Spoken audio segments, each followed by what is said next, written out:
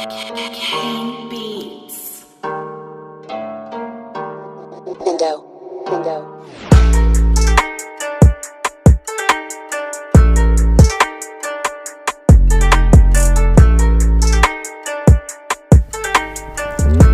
Xiaomi Redmi Note 8 Pro and the Xiaomi Redmi Note 9 Pro.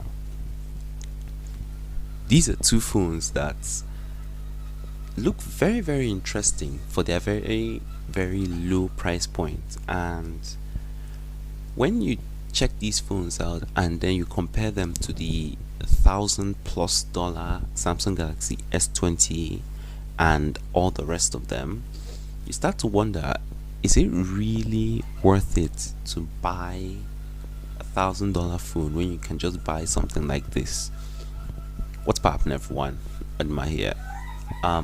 So in this video I want to do a little comparison between the Xiaomi Redmi Note 8 and Note 9 to know which one is better for the money. Of course, generally, if you're just asking which one is better to buy for the price, I would say the Note 9 Pro, but by now the Xiaomi Redmi Note 8 Pro is much cheaper, so if you are going to get that, it would be a very good choice. You would still enjoy the phone, but for now, let's just compare these two phones and actually see which of them you should get. Starting off with design. Now, the two phones are actually pretty nice looking.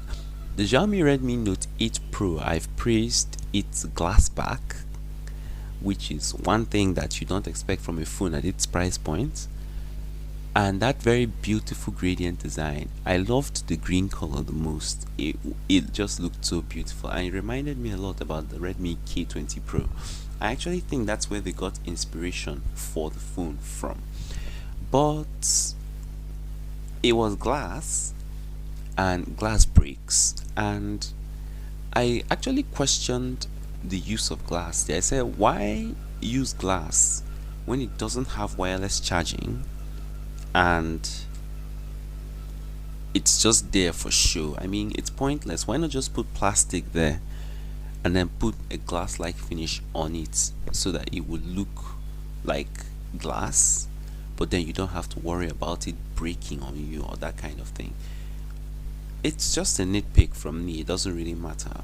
The Xiaomi Redmi Note 9 Pro, on the other hand, very stunning device to look at. Actually, I love it a lot. It looks a bit plain though. The black color looks a lot like, it just looks very plain, and I'm fine with this. I've always said that the design is not why you buy the phone. Why you buy the phone is for the performance, and for others it's the camera. So I won't complain too much about the design. If you're someone who actually wants like a very flashy design, well, you can still go with the Redmi Note 9 Pro. You won't have much of a problem with it. But if it were me, I'd definitely go with the Redmi Note 8 Pro. That's just me saying. Now, when we talk about display, on the other hand, we start to see just a slight difference. It's not much, just a very slight difference. Now, the Redmi Note 9 Pro has a 6.67 inch screen with an 84% screen to body ratio. It's a 1080p display as well, with a 20:9 aspect ratio, which means that you can watch movies and play games in a very large screen estate, which I absolutely love, especially since I love to play games on my smartphones a lot. The more screen I have, the more space I have to actually enjoy my game the most.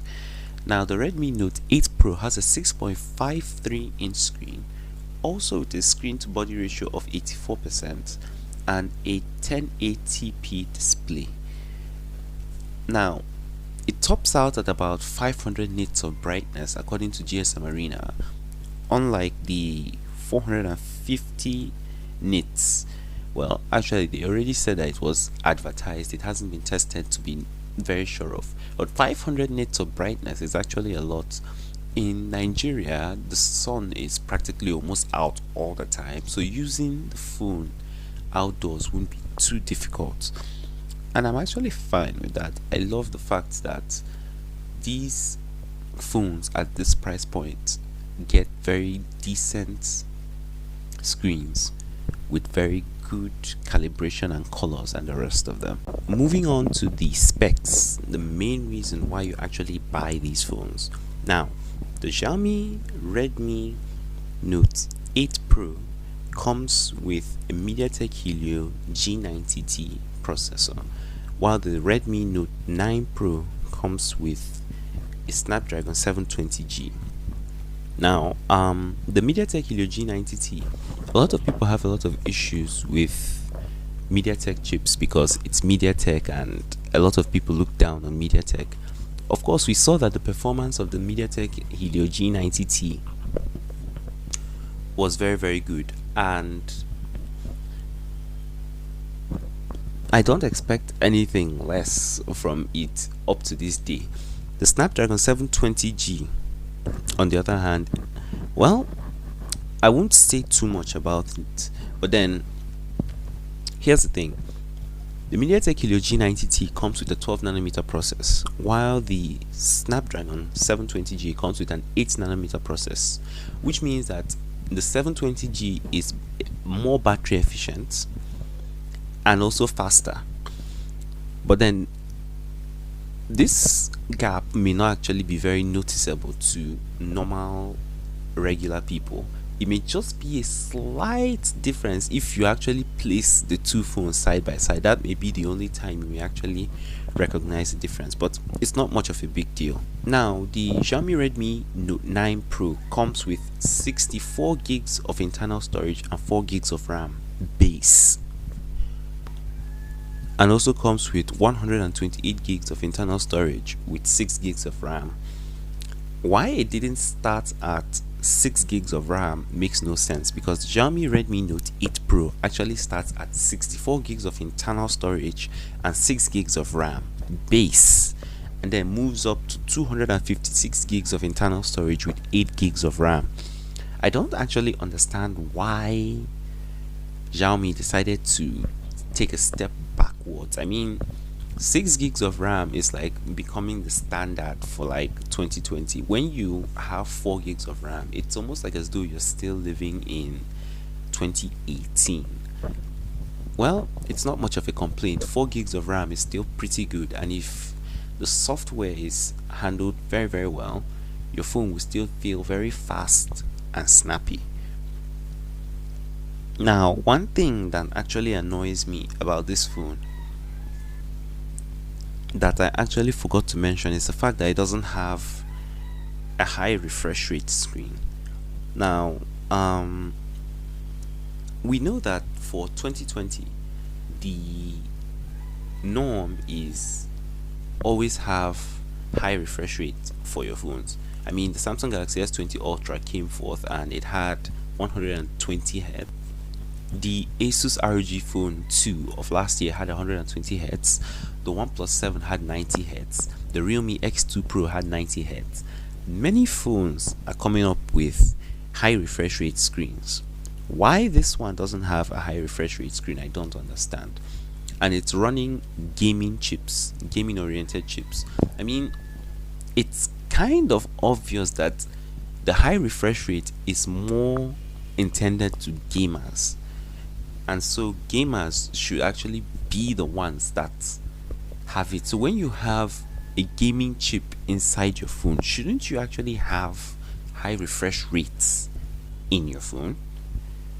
I mean, it's just a nitpick, but I actually think this is a small bit of detail that we shouldn't miss out on.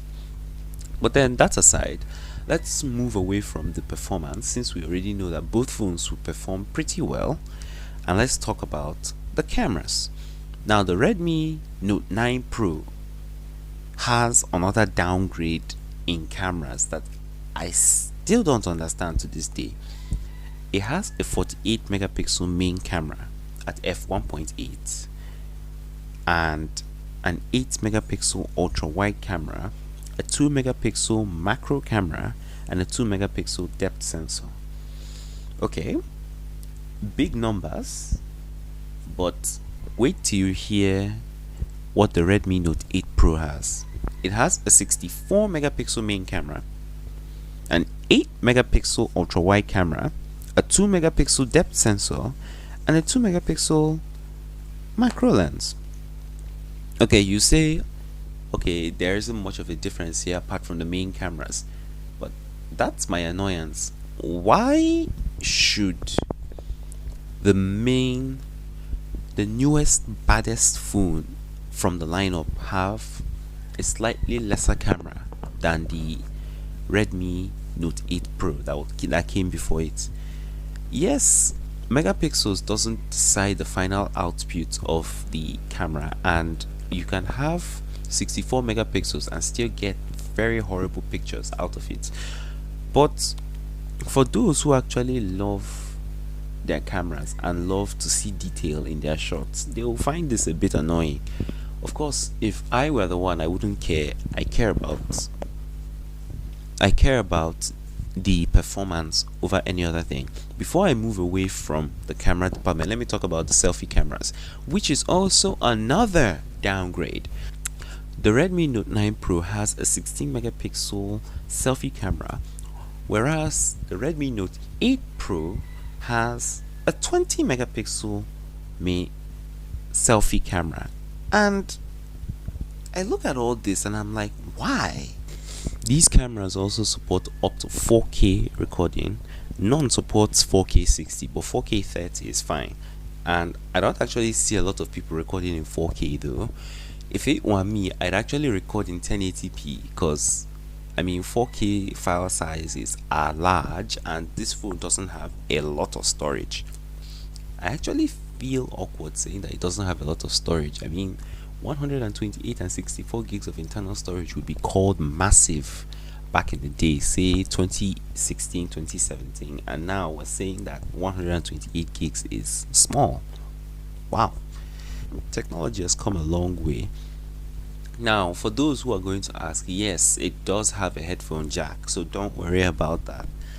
And now, for those of you who care about biometrics, the side mounted fingerprint sensor is also going to be very, very fast. You don't need to worry about it actually having an issue. Now, for those of you that may have a problem with the placement of the fingerprint reader, don't complain too much. I mean, it's fine where it is. It just means that you don't need to start fumbling around looking for the fingerprint sensor at the back of the phone, even though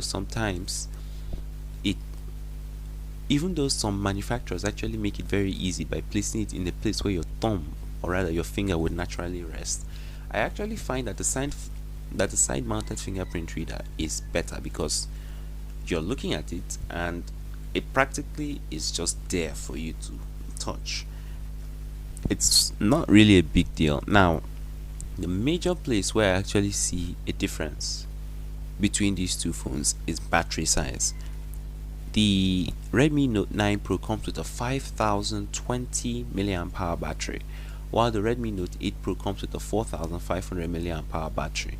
Both support 18 watts fast charging out of the box. And yeah, that's pretty much everything about it. Now, should you get the Redmi Note 8 Pro over the Redmi Note 9 Pro? If you care about cameras, I think you should just go with the Redmi Note 8 Pro. Well, I'm not doing this comparison while talking about the Redmi Note 9 Pro Max. I don't know why anyone would name their phone the same way the iPhone is named, but I will pretend like I don't know about that and keep moving on. The Redmi Note 9 Pro doesn't have much of a difference from the Redmi Note 8 Pro. It has a 64 megapixel main camera. It also starts at 6 gigs of RAM as opposed to 4 gigs of RAM on the Redmi Note 9 Pro. And it supports 33 watts fast charging, even though I don't think the charger comes in the box. But that's pretty much everything. There isn't much of a difference that should make you to lean to that phone more than the Redmi Note 9 Pro. If you are doing a comparison between the Redmi Note 9 Pro and Note 9 Pro Max, Jesus Christ, that name. Just get the Redmi Note 9 Pro if you're on a tight budget. If you have the money, you can go up to the Pro Max, but for me, I would still definitely go with the Redmi Note 9 Pro. But then between these two phones here, the Redmi Note 8 Pro and the Redmi Note 9 Pro, I'm definitely going with the Redmi Note 9 Pro just because of that performance. I don't care about any other thing in my phone. I care about mostly the performance, the battery size, and the screen for when I'm playing games, and it checks all of these boxes. Thanks for watching, and I'll catch you next time. Peace. Window.